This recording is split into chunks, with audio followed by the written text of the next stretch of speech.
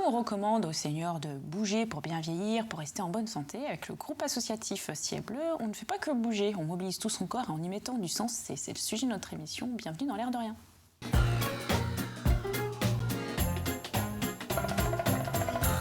Bonjour Alix. Bonjour Catherine. Alors, pour cette émission, on va boire, vous allez parler avec modération. Avec modération, vous allez nous parler d'une bière vendéenne. Oui, sablaise même. Sablaise. Des Sables d'Olonne. Très bien. Yvelise, on terminera l'émission avec un livre. Oui, consacré aux déchets. Famille presque zéro déchet. Famille presque zéro déchet. Très bien, merci. Bonjour Margot Millot. Bonjour. Vous êtes responsable départementale du groupe associatif Ciel Bleu. Oui. Merci d'avoir accepté votre invitation, parce que Ciel Bleu, c'est pas récent en Vendée, mais c'est la première fois qu'on vous invite dans l'air de rien. L'existence de Ciel Bleu, c'est 2001 en Vendée, pour l'antenne vendéenne. Alors, à Ciel Bleu, ce que je disais en introduction, on fait de l'activité physique et pas du sport. Quelle est la différence ? Alors, elle est importante. Au niveau du geste et du mouvement, c'est vrai qu'au niveau de la forme, c'est pas forcément ce qui va changer le plus, mais la pratique, elle est adaptée et les objectifs sont pas du tout les mêmes. C'est-à-dire qu'on va prendre tout ce qui est intéressant en termes de préconisation santé, en termes de manifestations physiologiques, en termes de stimulation de renforcement cognitif, en double tâche, au niveau moteur, au niveau de la stimulation des fonctions intellectuelles supérieures, mais on va le faire en gardant que le bon côté et en éliminant tout ce qui peut être traumatique. Et donc, du coup, ça nous permet d'être sur des préconisations santé avec des populations fragilisées en s'assurant qu'il n'y ait pas de blessures et qu'elles puissent pratiquer parce qu'on va adapter. C'est-à-dire qu'il va falloir réfléchir la pratique pour qu'elle soit réalisable.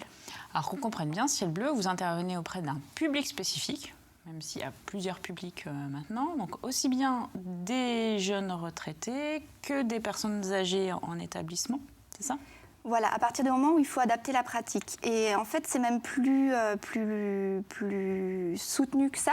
C'est-à-dire qu'on va intervenir en fil rouge tout au long de la vie de la personne, du salarié en entreprise pour la prévention de la pénibilité au travail, au niveau des troubles musculo-squelettiques, au niveau du mal du dos, au niveau de la relaxation, avoir un corps entretenu pour pouvoir assurer la charge de travail et non pas à partir du principe que mon travail va m'entretenir, pour s'assurer d'être opérationnel au travail et d'avoir une bonne qualité de vie au travail. Donc c'est vraiment pas une activité physique pour la compétition ou pour, on va dire, se muscler ou perdre du poids. C'est vraiment en y mettant le sens, il y a toujours un message en fait. Exactement. Et en fait, il y a toujours un sens et un objectif. Et on va accompagner les personnes comme ça tout au long de la vie. Et c'est vrai que là où on comprend mieux l'intervention de l'activité physique adaptée, c'est lorsqu'il y a un incident traumatique ou qu'il y a la maladie qui arrive ou le vieillissement, parce que là, on va surajouter des contraintes à la pratique. Et l'idée d'adapter, c'est d'ôter les freins à cette pratique pour être sur des préconisations de santé, parce qu'être en santé aujourd'hui, c'est être en santé mentale, en santé physique et en santé au niveau de son environnement, être adapté aussi à son environnement. Alors si on prend le public des retraités, on parlera aussi, vous venez de le citer, des gens qui sont dans un parcours de soins. Alors le public des retraités, c'est quel objectif ? C'est, je disais, bien vieillir, mais c'est un peu large ça.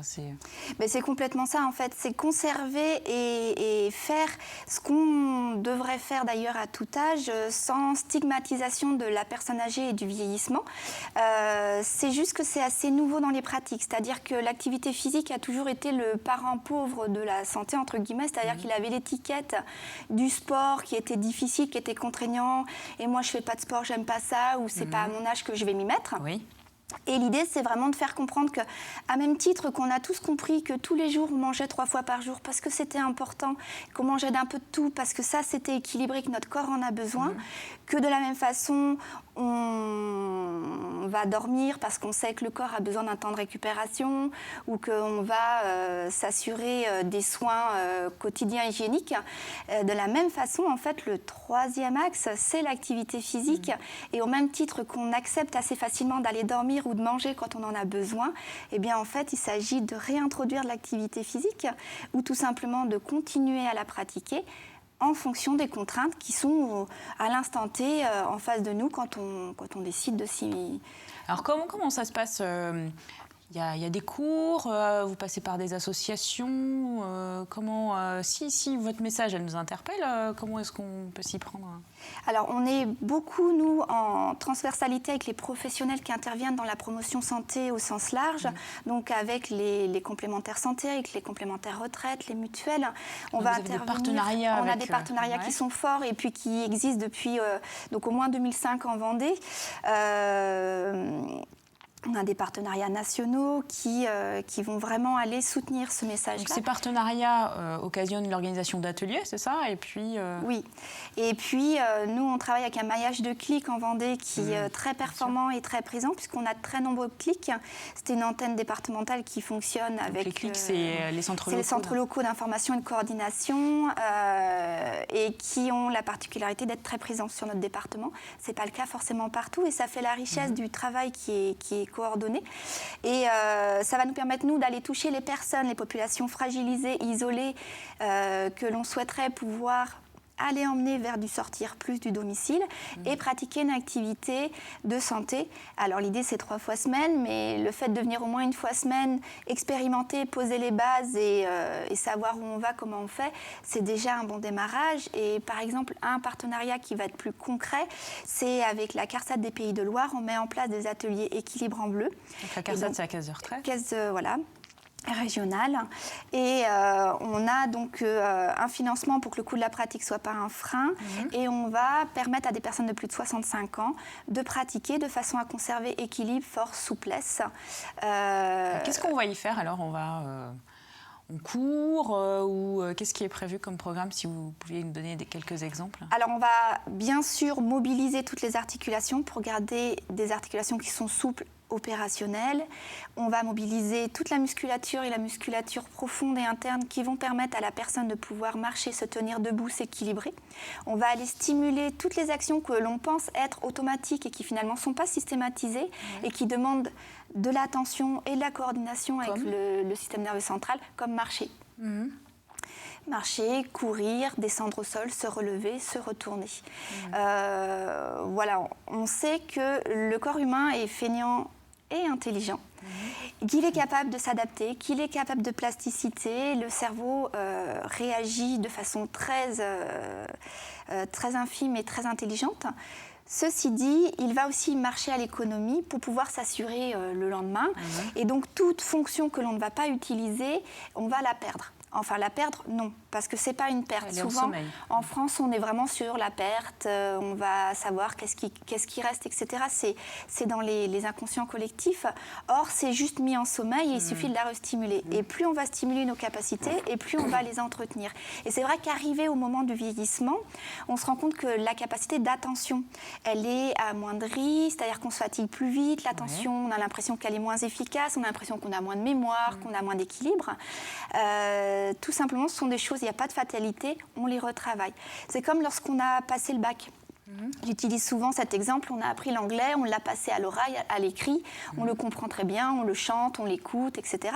Et puis ben voilà, si ça fait une dizaine d'années qu'on est dans un monde professionnel en France et qu'on n'utilise pas du tout l'anglais, on est capable d'entendre de l'anglais, de savoir que c'est de l'anglais, de le reconnaître par rapport à de l'espagnol ou quoi que ce soit d'autre. On sera capable de comprendre des choses simples qu'on avait beaucoup répétées et qui sont conservées.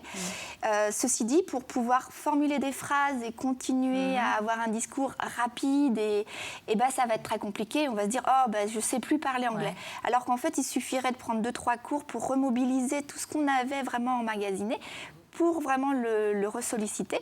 Et la stimulation, elle sert à ça en fait, parce qu'après on pourrait très bien, de la même façon que quelqu'un qui part à l'étranger et qui est obligé de parler. Donc c'est ce levier-là auprès des personnes âgées en établissement, donc là on va dire qui ont perdu beaucoup de mobilité souvent.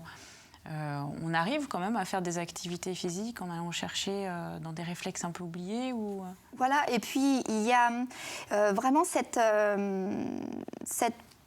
volonté d'intervention, cette précocité, cette fragilité, parce que quand on rentre en établissement, alors des fois c'est parce qu'il y a eu un incident, une chute ou une impossibilité de rester chez soi, donc déjà il y a un traumatisme qui n'est pas évident, et puis l'entrée en EHPAD est quelque chose de vraiment pas évident, et puis le fait de ne plus être obligé de faire les choses soi-même, puisqu'on est dans une institution, mine de rien, on mobilise moins de choses, on entretient moins de choses, et du coup il faut être vigilant à stimuler la personne. Donc c'est toujours la même chose, c'est d'un point de vue cognitif, d'un point de vue moteur, mais aussi d'un point de vue des interrelations sociales et faire attention à ce que la personne ne s'isole pas, ne déprime pas, parce qu'il y a la survenue assez fréquente des syndromes post-chute, des syndromes de glissement, auxquels on n'a pas d'explication physiologique ni médicale, mais on sait très bien qu'en fait, la personne, elle a besoin d'interagir, d'être stimulée, d'être utile, d'être valorisée, et c'est un enjeu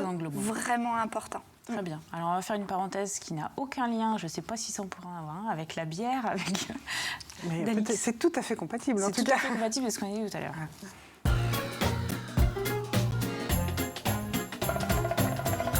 Elle s'appelle la Cabaude, c'est ça? Oui, elle s'appelle la Cabaude et elle est très bien nommée puisque c'est une bière qui a été inventée, on va dire, au Sable d'Olonne. Et la Cabaude, c'est ce qu'on appelle le fond du port en Vendée. Voilà, en Vendée, pas en Vendée, au Sable. Exactement. Alors en fait, j'étais très surprise d'apprendre qu'il y avait une brasserie au Sable d'Olonne. La Vendée ne me paraissait pas être une terre. Je ne savais pas que la terre était une terre de brasseurs. Voilà. Alors du coup, grâce à cette curiosité, je me suis présentée un jour, une après-midi, à la pépinière d'entreprise de Laune-sur-Mer, qui héberge pour l'instant donc cette nouvelle brasserie, qui a été créée il y a un an maintenant. Ah oui, c'est vraiment tout récent. Donc c'est vraiment tout récent. Alors, cette brasserie a été créée par Olivier Ballaresque et son épouse. Ils ont commencé par produire 2 bières seulement, la blonde et l'aromatisée à la cerise. Ouais, donc c'est celle qu'on pouvait trouver l'été dernier. Qui était produite par eux. Et ils ont développé la gamme, visiblement. Et depuis, ils ont largement développé la gamme. Et puis surtout, ils ont fait des réserves. Parce qu'en fait, ils sont tombés en panne l'été dernier. Ça demande du temps de fabriquer de la bière. L'été, au Sable d'Olonne, il y a un peu de monde. Et puis, en fait, ils n'avaient pas eu le temps d'en fabriquer suffisamment. Et la fermentation demande du temps. Et puis, donc, si on veut en fabriquer beaucoup dans peu de temps, il faut beaucoup de fermenteurs. Je crois que ça s'appelle comme ça, de cuves en tout cas. Ouais. Voilà, et voilà. Donc l'investissement leur permettait d'avoir 2 cuves, et donc ils n'avaient pas pu en fabriquer suffisamment. Depuis, donc les choses ont changé, la production s'est étoffée, et puis ce qui était intéressant, c'était d'aller visiter, de faire cette visite. La visite, elle est possible tous les jours. Ah, on se présente à la brasserie. On se présente à la pépinière, à la brasserie La Cabaude. Si vous ne trouvez pas, vous demandez à l'accueil. Donc c'est de 15h à 18h30, voilà. La visite coûte 2 €, donc ça va, c'est pas ruineux. Et là, on apprend tous les tenants et aboutissants de la fabrication de la bière, les ingrédients, des conseils de conservation. Alors en particulier, j'ai appris que c'était très important que la bouteille de bière soit foncée. Parce que ça protège en fait la bière, et si la bière est exposée à la lumière trop longtemps, enfin de façon trop forte, elle prend ce qu'on appelle le goût de lumière. Je ne savais pas que ça s'appelait comme ça. D'accord. Et donc c'est assez fragile en fait comme produit. Voilà. Et en même temps, j'ai appris aussi que le houblon, qui fait partie de la composition de la bière, avait un pouvoir antiseptique. Donc on ne s'empoisonne pas avec... On en a rien. Non, mais on ne s'empoisonne pas avec de la bière artisanale. Ce qui est différent de la bière industrielle. C'est des plantes. Voilà. Et puis il y a aussi la présence de levure. Et on sait bien que la levure de bière, sur le plan diététique, c'était aussi très intéressant. Il faut quand même consommer en faisant attention. Alors évidemment, c'est pas pour ça qu'il faut en consommer beaucoup. Ils ne produisent pas de bière sans alcool. 6 degrés à peu près. Non, non, parce que enlever de l'alcool, en fait, on demande une intervention de produits qui ne sont pas non plus très très bons, paraît-il. D'accord. Alors il y a d'autres brasseries en Vendée que vous vouliez citer aussi, parce que celle-ci c'est peut-être la plus récente. Oui, ça me paraissait intéressant de parler de la Mélusine, qui est là depuis beaucoup plus longtemps. C'est l'historique, à Chambretot, qui est là depuis 2001, qui a une gamme plus étoffée, qui est aussi bio. C'est une production bio. Voilà. Et puis il y en a une autre qui m'a paru aussi intéressante, c'était une ferme-brasserie qui s'appelle La Muette, qui est à Bazoges-en-Paré et qui produit la Muse. Alors la Muse a été primée très récemment, enfin pour 2 années de suite consécutives, au Salon de l'Agriculture. L'année dernière et cette année, voilà. Effectivement. Voilà. Et puis je crois qu'il y en a une à l'Île-Dieu, mais c'est à vérifier. Alors oui aussi. Alors ce qui est sympa aussi, pour revenir à la Cabaude, c'est que participe à la visite Madame Balaresque. Et enfin, l'ambiance est très familiale. Il y a même un piano dans le showroom. Voilà. Ah, donc si on a des petits. Voilà. Et puis surtout, on peut acheter des produits. Oui, bah évidemment. Voilà. Il y a alors il y a de la 25 centilitres, il y a aussi de la 75 centilitres, et puis il y a des fûts qu'on peut aussi acheter pour des fêtes. Très bien. Je crois que vous connaissiez Margot Millot. Je suis sablaise, donc forcément la Cabaude, elle a eu beaucoup de succès aussi parce que je pense que les sablaises sont très chauvins.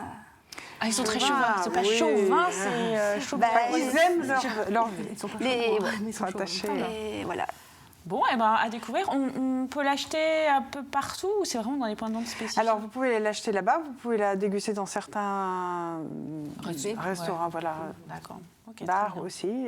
Mais elles ne se trouvent pas en supermarché pour l'instant. D'accord, c'est l'intérêt des bières artisanales. Non, mais il faudrait une production beaucoup plus importante, je pense, pour qu'elles soient distribuées dans un supermarché. Très bien. Bon, mais il n'y a plus qu'à. Par contre, on la déguste sur les quais oui, au sable. Ouais. Oui. Dans les bars des Sables d'Olonne, vous la trouvez. C'est du produit local à consommer localement. Elle est très bonne. Bon, on revient à Ciel Bleu. Voilà, et puis après, on verra ce qu'on a fait de ces bouteilles à la fin de l'émission. Combien de personnes travaillent pour Ciel Bleu en Vendée? Je crois que c'est assez impressionnant, finalement. Oui, au mois de juin, on va ouvrir notre 14e temps plein. D'accord. Voilà, donc ça fait vivre 14 personnes à temps plein, dont c'est le métier... Et vous savez à peu près combien d'heures par semaine, ou dans combien d'endroits vous intervenez Oui, alors on touche une centaine d'établissements en Vendée. Alors là, je parle que les établissements d'accueil pour personnes âgées, parce qu'on intervient aussi en foyer d'accueil médicalisé, on intervient en hôpitaux de jour, en accueil de jour, on peut intervenir dans des lieux de vie, dans des centres habitat. Alors vous intervenez particulièrement auprès de certains publics victimes de pathologies comme le cancer ou le diabète, où là c'est dans un programme de santé finalement Voilà. Alors pour moi, l'activité physique adaptée, elle a vraiment une vocation de rendre aussi donc Bon, là, dans les réseaux de santé, on parle de patient, la personne actrice de sa santé. C'est-à-dire qu'on a beau aller dire, voilà, le médecin, il m'a dit qu'il fallait moins fumer, moins boire, parce que voilà, ou j'ai du cholestérol, ou comment je fais pour rester en santé. Le fait de savoir les choses, c'est pas suffisant. Et ce qui est important, c'est ce que l'on va faire de ce que l'on sait. Et là, pour trouver des facteurs de motivation, c'est bien plus compliqué en fait. D'où la naissance et moi je trouve que c'est une double casquette qui est absolument nécessaire, de l'éducation thérapeutique du patient. Et là, c'est vraiment des programmes qui sont écrits. Sur la Vendée, on travaille là sur des programmes qui ont été autorisés par l'ARS, qui ont été l'Agence régionale de santé. L'Agence régionale de santé, et qui donc là ont été autorisés. Le dernier en date, c'est celui qui a été autorisé au centre du CHD des Oudéries pour l'unité douleur, donc pour des patients douloureux avec toute pathologie en fait. Et puis on a travaillé sur un programme de coordination sur le post-traitement cancer avec le 3C Vendée, le centre en coordination en cancérologie de la Vendée, que vous aviez eu sur votre plateau avec Nathalie Turpin-Baudin. Donc vous accompagnez les... Donc on va vraiment accompagner. Et donc l'idée, c'est de mettre en place des sessions d'éducation avec les patients en collectif et de pouvoir leur permettre après d'aller expérimenter et pratiquer auprès des chargés de prévention Ciel Bleu pour pouvoir expérimenter et faire naître les facteurs de motivation qui seront propres et qui seront vraiment divers et variés. Et surtout, on va travailler sur ôter les freins à la pratique. Et ôter les freins à la pratique, c'est vraiment adapté. Et dans les activités, on peut intervenir au domicile de la personne quand il y a besoin, parce que parfois, le frein de la pratique, c'est juste le sortir du domicile. Et il suffit de repasser par un moment de pratique à la maison pour pouvoir reprendre confiance, travailler sur du transport solidaire, sur du covoiturage, pratiquer avec le voisin, le cousin, la personne qui fait motivation, et pour ensuite aller, la cerise sur le gâteau, c'est vraiment réussir à les emmener sur une activité collective et socialisante. C'est un autre bénéfice quand c'est en collectif. Exactement. Et puis, donc, sinon, on pratique dans les ateliers. Il y a plus de 45 ateliers en Vendée. Donc, ça veut dire que tout patient pris en charge par les réseaux de santé en Vendée peuvent pratiquer à moins de 20 minutes de chez eux. Et ça, c'est un autre enjeu. C'est que, au-delà du coup de la pratique qui ne doit pas être un frein, le fait de pouvoir se rendre au lieu de pratique aussi ne doit pas être un frein. Et ce n'est pas parce que l'on vit sur l'île-Dieu ou que l'on vit dans le bocage vendéen qu'on ne peut pas avoir accès à la même pratique dans les grandes villes. On ne l'a pas encore souligné, mais vous êtes soutenu par le conseil départemental qui a trouvé que votre initiative avait un réel bénéfice auprès du public âgé, particulièrement. Voilà, parce que le conseil départemental en fait, nous soutient depuis 2001 pour nos interventions en structure d'accueil pour personnes âgées, tout simplement en finançant une partie intéressante du coût de la pratique pour 12 séances dans les établissements. Et puis ça permettait aux établissements d'expérimenter et de voir qu'est-ce que l'intervenant pouvait emmener dans la structure. Et cette année, en fait, en fonction des nouvelles politiques départementales et puis de l'orientation qui est donnée avec le nouveau plan de santé, la nouvelle dynamique pour 2016, c'est vraiment d'aller permettre le maintien au domicile. Donc ça va. Peut-être un grand plan, voilà. Alors j'ai soumis un projet qui va être discuté, mais l'idée c'est vraiment de réunir tous les acteurs autour de la table pour pouvoir vraiment faire du lien en pluriprofessionnalité et avec les acteurs locaux qui sont facilitants pour pouvoir vraiment permettre à la personne de sortir de son domicile. Bon, très bien.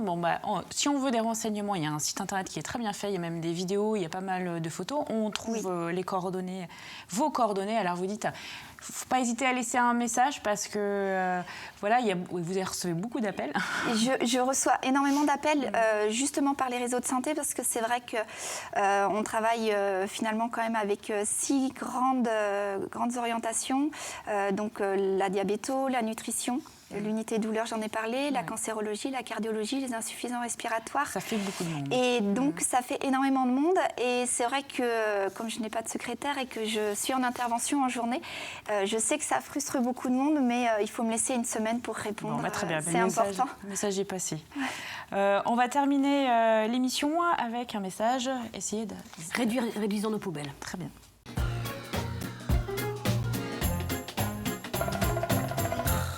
Moins de monde dans les poubelles. Oui, je vous présente aujourd'hui une famille un peu particulière. Il s'agit de la famille Presque Zéro Défaut. Presque zéro défaut. Presque zéro déchet, pas zéro défaut. C'est presque pareil. Oui. En fait, Jérémy Pichon et Bénédicte Moret, qui sont donc les auteurs de cet ouvrage qu'ils ont commis ensemble, nous présentent une famille qui en fait fait le pari de réduire ses déchets et de combattre la poubelle un peu trop gourmande. Et ils ont réussi puisque aujourd'hui ils en sont à 25 kilos de déchets par an. Quand on sait que 25 kilos, leur poubelle ne fait que 20 kilos. Quand on sait que les ménages moyens, c'est plutôt 390 kilos de déchets par an, vous voyez qu'ils ont quand même bien réussi leur pari. Alors, leur slogan à eux, c'est tout simplement, je vous le dis, c'est pas parce que tu ne peux pas tout faire qu'il ne faut rien faire. Voilà, parce que le zéro défaut, ça passe surtout d'abord par le défaut qu'on ne crée pas. Le déchet. Qu'on ne crée pas. C'est pas le défaut, c'est le déchet qu'on ne crée pas. Vous voyez, c'est la technique du zéro déchet, donc c'est celui qui ne se crée pas. Le déchet roi étant, vous le savez bien, les plastiques, les films, les sacs plastiques que l'on trouve partout. Donc concrètement, comment on fait, Cathy ? Tout simplement, on s'équipe différemment, c'est-à-dire qu'on passe par les sacs en tissu, s'il vous plaît, et non pas les sacs en plastique qu'on bannit, ou réutilisables. Bon, ça, on les a tous dans nos voitures. Et pour conserver ces aliments, on passe aussi par les bocaux et les petites boîtes en verre. Parce que le verre, c'est recyclé. Pour conserver, pour transporter les aliments. Par exemple, on choisit ses fournisseurs avec finesse. Et je sais que ce n'est pas toujours facile d'aller au stand fromage dans un supermarché. Quand il existe encore, de présenter sa petite boîte et de dire, vous mettez vos petits morceaux de fromage dedans. Mais par contre, on peut choisir de ne pas forcément fréquenter ce type de rayon, mais peut-être d'aller, je ne sais pas, sur le marché, c'est tout à fait faisable, un magasin bio, ou éventuellement même chez son boucher, lui dire, vous évitez de me le mettre dans une fâche plastique, j'ai amené ma petite boîte en verre, vous me le mettez dedans, s'il vous plaît, monsieur le boucher. Voilà. Ça me semble. C'est une façon aussi de limiter ses déchets. Et un autre endroit où on peut limiter ses déchets, c'est en cuisine. en cuisinant soi-même et en évitant tout ce qui est les plats préparés avec les emballages, bien sûr. C'est nettement meilleur pour la santé. Alors c'est vrai que c'est facile à dire maintenant, voilà, c'est une philosophie de vie. Il y a des petites choses à Il y a faire. une petite vie. Et puis le troisième chapitre aussi qui est important, sur lequel ils insistent beaucoup, là, Jérémy Pichon et Bénédicte Moret, c'est l'hygiène, tout ce qui est produit à faire soi-même, parce qu'effectivement c'est fort pourvoyeur de déchets, hein, tout ce qui est les bouteilles plastiques, les petits berlingots de Javel et compagnie. Là, donc eux, ils préconisent et ils donnent des sacs jaunes quand même. et ça peut se mettre dans les sacs jaunes, ça peut être recyclé, mais bon, moins en ancré. Complètement. Voilà. Donc eux, ils donnent des recettes toutes simples pour créer sa lessive, pour créer son liquide vaisselle, et plein de détergents complètement économiques et écologiques. Et là, a priori, on fait l'éco-bilan à la fin. Donc entre ce que vous faisiez avant, les pratiques que vous aviez avant et celles que vous faites après, c'est un peu le bidon de détergent contre le sac papier Kraft qui contient le savon de Marseille, par exemple, avec lequel on va faire la lessive. On rappelle les coordonnées. On rappelle les coordonnées, donc tout de suite, peut-être le blog famille0déchets.com. Oui. Hein, et puis ne pas oublier qu'effectivement l'ouvrage est édité chez Thierry Soucard Éditions et qu'il est préfacé par Nicolas Hulot, et qui est quand même un gage, et 15 qui coûte 15 €, ce qui n'est rien du tout par rapport aux économies que vous allez faire. Tout à fait. Très bien. Merci Lise, vous nous avez convaincus. Merci Margot Millot. Et puis donc on invite les gens à aller découvrir un peu plus Ciel Bleu sur votre site internet. Merci Alix pour cette découverte d'un autre genre. Et à la semaine prochaine, Lise. À la semaine prochaine.